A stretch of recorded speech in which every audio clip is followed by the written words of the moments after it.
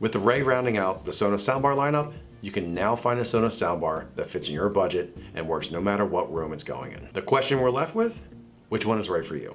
Stay tuned to find out.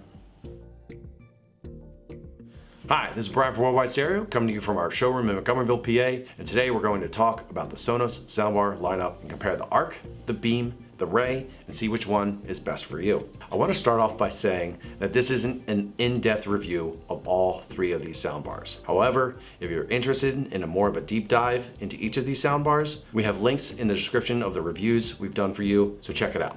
Go ahead. It's okay, I'll wait.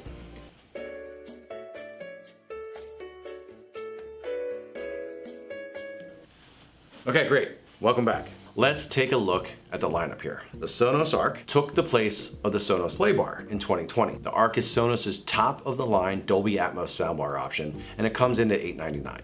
Then we have the Beam. Well, the Beam Gen 2. This is a more compact soundbar, but it still retains its oomph with Dolby Atmos capabilities for a full 3D surround sound effect.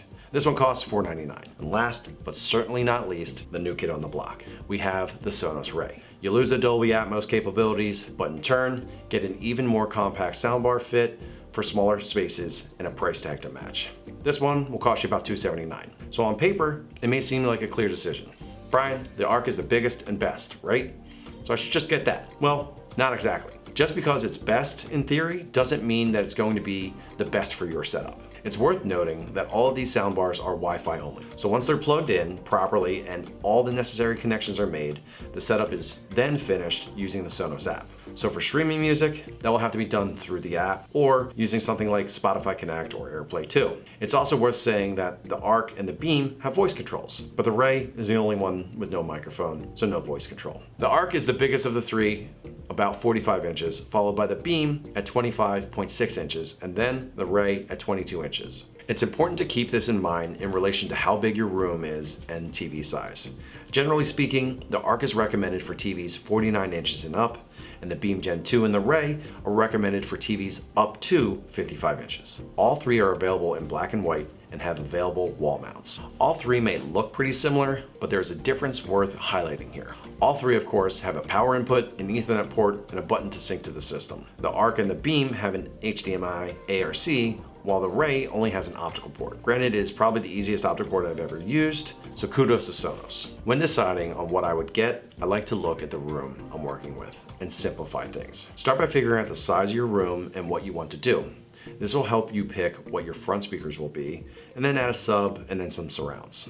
Have a big room? The Arc, 2 subs, and 5s as your rears will knock your socks off. Why? Because the Arc has 11 high-performance drivers, it has custom elliptical woofers and angled side tweeters as dedicated height speakers to give you the full Atmos experience. Also, an HDMI connection so you can use the best sound formats like Dolby Atmos, Dolby Digital Plus, MAT, and the recently added DTS surround support. So it can support 3D sound. A helpful hint, if you do choose the Arc and you mount it, use the Arc bracket.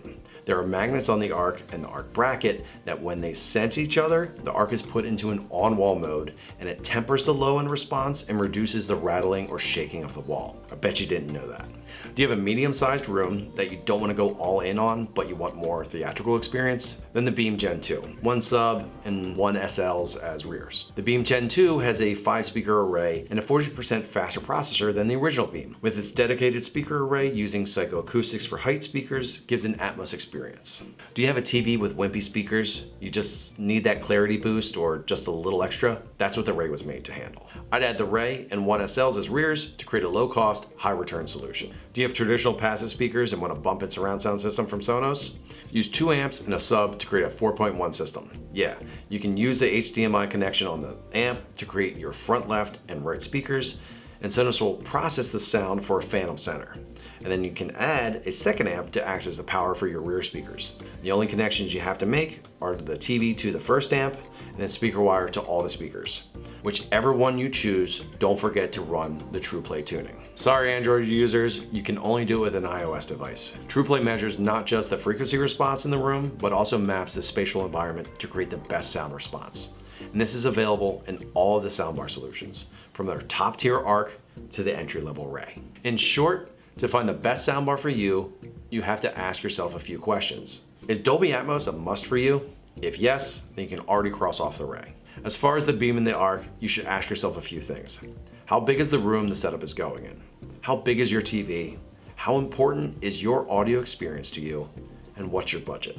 If you have a larger room that can accommodate the upward and side firing drivers for a great Dolby Atmos experience, it's hard to look past the Arc. On the other hand, you have to consider the Arc's size in relation to your room and its price in relation to your budget. There's a $400 difference and you still get amazing sound quality from the beam. So bigger room and bigger budgets, the Arc is right up your alley. Medium-large rooms that have limitations like size and budget, the beam is a great option for you.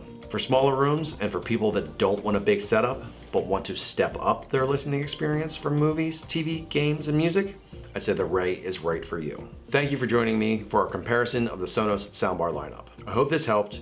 If you have any questions I didn't answer, leave them in the comment sections below, shoot us an email, or feel free to stop by our showrooms in Ardmore or Montgomeryville, PA. We offer 60-day returns, free shipping on all orders, and we're authorized dealers for everything we sell. Don't forget to subscribe to our YouTube channel and hit that notification bell to stay updated on our latest videos. This is Brian from Worldwide Stereo. I'll see you next time.